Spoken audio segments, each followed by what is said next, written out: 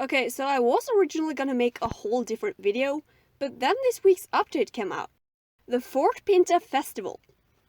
At first I was like, okay, same event as always, cool. But there are so many hints in this update and I just couldn't let this pass without a video. So let's just jump into it, shall we?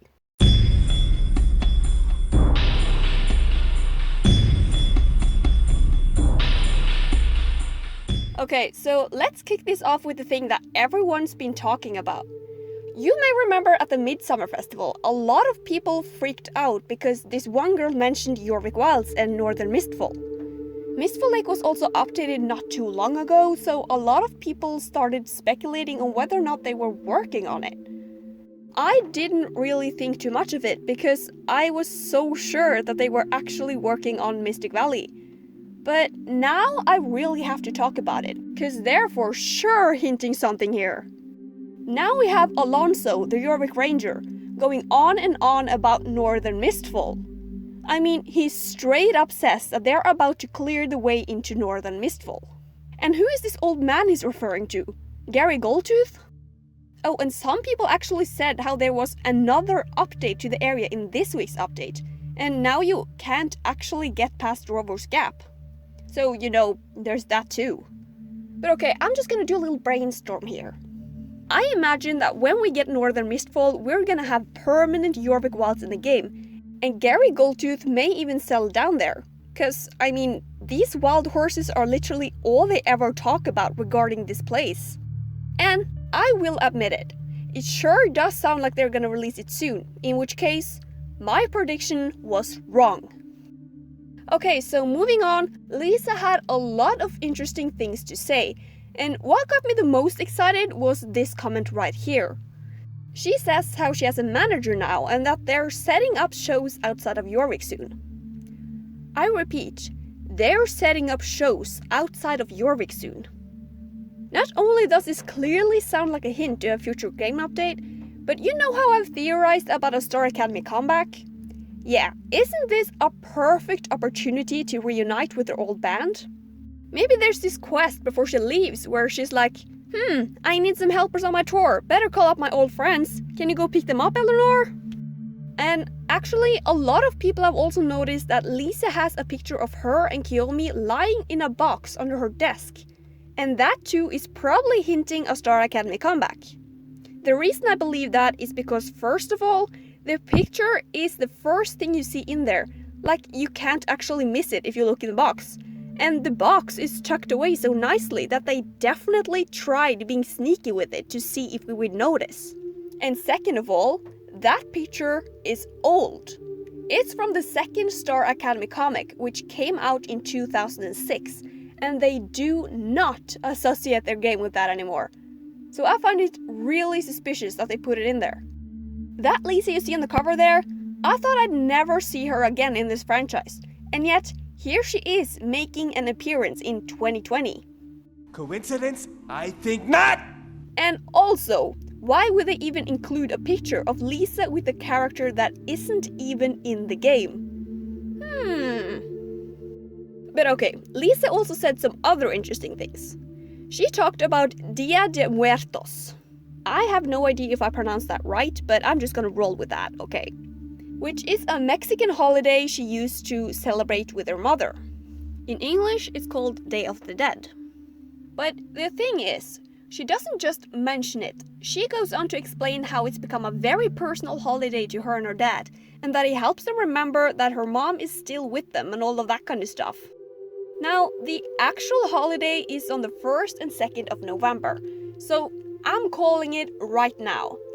Dia de Muertos, or Day of the Dead, is gonna be a new event from now on, possibly merging with the Halloween event. And it's gonna be about celebrating the memory of Lisa's mom.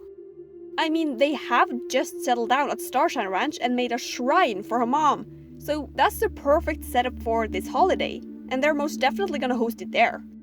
It also wouldn't surprise me at all, given how much of the story they revolve around Lisa and the tragic loss of her mother. So the last interesting thing that Lisa said has to do with the main story. She says how she still doesn't really trust the Keepers of Aideen because they keep hiding things from them, and that Fripp better give them some answers when he wakes up. Okay, I feel you, Lisa, but this comment was just way too specific and out of the blue to not have a meaning behind it. I mean, you're sitting here talking about how at home you feel and fun times in your upcoming tour, and then you suddenly just go all gloomy and say how Fripp is keeping secrets from you? No, I'm pretty sure that this is a hint that Fripp is gonna wake up soon and that we're finally gonna get some answers from him. I mean, the team did hint some darker main story quests this year, and we haven't gotten any, have we? The only main story quests we've gotten are Catherine's memories, right? So they definitely do have more in store for us, and it's gotta be close. I'm sure of it. And then the last thing in this event. It's now official. Summer is ending in Jorvik. Anne mentions returning to the Riding Academy, while Linda and Alex seem to be attending school together. A school that I'm gonna assume is Jorvik High. Lisa, on the other hand, sounds like she's gonna go on a tour instead of attending any sort of school. She doesn't mention any schools, at least. Now, before this, I had actually kind of assumed that they had already graduated, but apparently they haven't. I'm really curious to see what the story is gonna be like when everyone is heading their separate ways. And what about our character? I've seen a lot of people speculate on the possibility of our character attending school as well. And honestly, I'm actually finding that very possible. Because now we know for a fact that the Soul Riders are going back to school and their everyday lives. I really wonder how that's gonna work though. Will we automatically attend Jorvik High along with Alex and Linda, or will we be able to choose what to do? I mean, our character was originally just gonna stay in Jorvik over the summer, but we're not going anywhere. I also want to mention how if Kevin and Kiyomi are not introduced through Lisa's tour, then surely they must be introduced in school, right? And I'm saying Kevin and Kiyomi because Brittany is not mentioned in the game files, but fear not. She could still arrive alongside them, we just don't know that. So, all in all, judging from this update, I think we have a lot of good stuff coming in the near future. And I'm honestly very excited to see what it is and how it turns out. I'm really looking forward to having some more information to work with and to feed my hungry theorist brain, because it's starving at the moment. I'm also currently waiting for the second Soul Riders book to arrive, so yeah, this is gonna be great! I also really like how they started throwing hints into the yearly events. Like, yeah, the events themselves are recycled and a lot of people seem to dislike that. But when they drop all kinds of hints through new dialogue, that honestly makes me just excited as an actual story update. Speculating on what it might mean and trying to tell hints from random dialogue, that's really fun and time consuming. And not to mention, it gets you excited for what's to come. So I, for one, really hope they keep dropping these hints in future events. But anyway guys, my question for you is, do you think these are hints? What do you think they're hinting? And are you looking forward to it? Leave a comment down below. And of course, as always, I hope you enjoyed this video, and if you did, I'll see you around. Bye!